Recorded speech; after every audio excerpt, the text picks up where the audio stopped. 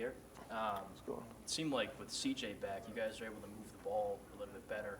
Just what value does he bring to the offense that when you don't have him, you miss out on? I mean, there's a lot of different things that CJ brings to the table. He's a threat, and he's a very talented player and makes plays with the ball in his hand. And I've always said we have a very deep receiver room, and so I felt like one man goes down, we got guys that can step up. But obviously CJ is a very special player. He brings a lot to our team. He handles his business the right way. He's a pro in the building and outside the building, and he's somebody that I've really grown closer to since he's gotten here, and somebody that I look to a lot. And he's a very good football player. So it's great for us to have him back. Saw it early in the year with Aaron, not Aaron. Who's the Anderson kid? No, Yeah. No. Hey, who's that? Juwan Johnson. Sorry, just what you can get done in a week, right? So like Trey Green being able to come in and play half the offensive snaps. Like, what did you see in him? I guess what's kind of the ceiling for him this season? I know that his career. Obviously, he's a very special player because of the I guess you could say the amount of different things that he can do very well because of his size, his physical ability, and also his athletic ability. And so you can move him around, put him in different spots, put him in different formations that try and isolate different things in a defense that we're trying to attack with a bigger body who's also dang near just as fast as a receiver. So. He's a mismatch no matter where he's at. I think something that's grown so much in his game as well is his ability to get inside the box and block too. And so, adding that to his game has made him so dynamic. And, I think that's why he was able to play so many snaps this Saturday. I don't know what the number was, but it was probably pretty high. And so, 42, yeah. That's why he's been able to do that. It's because he's worked so hard on all the aspects of his game. Obviously, it didn't end up mattering. Because you guys won by 24, but just the procedure penalties, the false starts, things like that. Yep. You guys kind of figured out what was the cause of all that? Yeah, we talked internally and tried to work on those things. That's definitely something that we're not proud of and not okay with. And I think we're going to work together and try and get those fixed. I think that it's more a matter of us just focusing on our process and doing things the right way. I wouldn't say that it's been something that's been a problem this entire season, and so I don't know that we have to freak out about it, and act like this is some new thing that's going to kill us. But at the same time, it was unacceptable.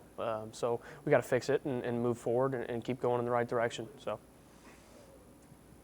Garrett, whether last week against Ole Miss, this past week against Arkansas.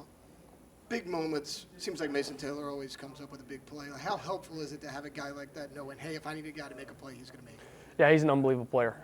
Somebody that, like I've said many times, I always look to when things break down just because he's always where he's supposed to be. And, I feel like we have good chemistry just working together over the years. And he's an unbelievable football player, an unbelievable talent.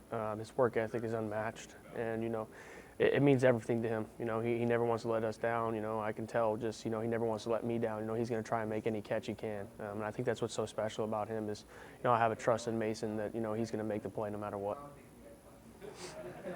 Coach Kelly earlier in the week said Texas A&M is one of the hardest places to play in the SEC. You've been there before.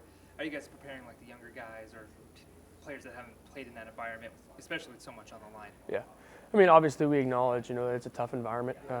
It's a tough place to play. It's going to be loud. It's going to be exciting, But, like I said before the Ole Miss game, it's real easy to get caught up in the extracurriculars of what this game means, and all the different things that play into it. And, we can think about those all week and then lose the football game and then it won't matter. So, like I've said many, many times, for us, we're playing a football game this Saturday. And, yeah, it's going to be loud. That's going to be the environment. Doesn't matter what it means. Doesn't matter, who we're playing. We're playing a football game, and we're focused on us. We're focused on executing the best of our ability and attacking our opponent. I got a couple that kind of go together.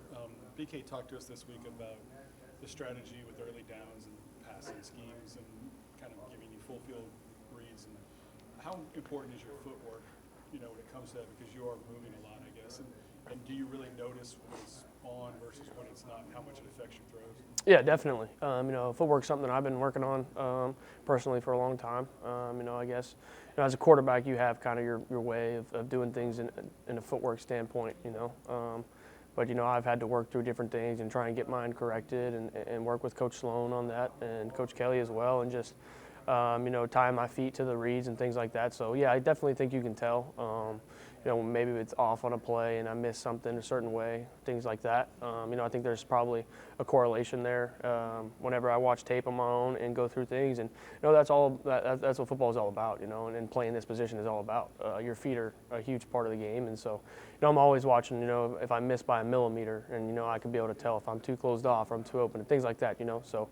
It's about just studying, and like I said, when we had that bye week a couple weeks ago, just going back, watching through different things and working on, continuing to grow my craft. And so I think, yeah, that's definitely been something that I've been focused on. You guys seem to be really good, almost automatic, right? I'm going to jinx you on third down. Your ability to get those high percentage throws, those crossing routes, whatever. I mean, how comfortable are you, and how much is that based on the work maybe you did in the summer with those guys? Yeah. It pays off now. Yeah, well, I mean, third down is, I love third down. You got to make a play. You got to move the sticks, got to move the chains. And I think we do a good job as a team of just, understanding our third down plan, understanding how to execute it. You win the game on third down. That's how you extend drives. That's how you keep drives going. And so, we do a really good job of focusing that here. I think Coach Sloan and Coach Hankton and Coach Davis, we work all together on the protections and the pass concepts and just tying everything together. And so I think it's really helped us so far in the past this year, and I think it will continue to grow and continue to even get better. A couple more guys. Some people might say the DN A&M has Scorton, Nick Scorton, I believe his name is maybe the best individual defensive end you guys have seen this year. How does playing against him impact how you approach the game, if at all, in your offensive game plan? Yeah, I mean, he's a good football player. We got some really good tackles, though. And so, I got very strong belief in my guys. We respect him. We understand he's a good football player. But at the end of the day, like I said before, we're focused on, our job, focusing on our assignment each play and executing the right way. Hey, you just told us about third downs and everything, but it has seemed like in the last couple of games, we haven't scored the moment like we're in the red zone or things like that. What can you say about that? Because yeah, we make those third downs, but then when we're close, like Ramos had the best game he's had all in his career, so I just wanted to hear about that. Yeah, we definitely had some struggles in the red zone for sure.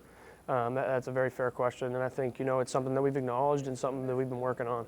And I think it's just it comes down to just executing the right way. And I take blame on part of it and things. And there were a couple times last game where I took too many shots down the field. The ball should have been checked down or things like that to continue the drive down there. And I think it's all part of the growth, and it's all part of the process of us as an offense, trying to get better, and that's definitely somewhere that we haven't been the best at this year.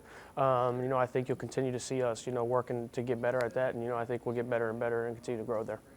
Call the last one. You know what's coming. You know what the rest of your schedule looks like. How do you see a little, see a lot, and not really let that playoff picture start leaking in? Yeah, and I mean, I try not to get lost in it. We play A&M this week, Saturday night at College Station. So that's all I'm focused on right now.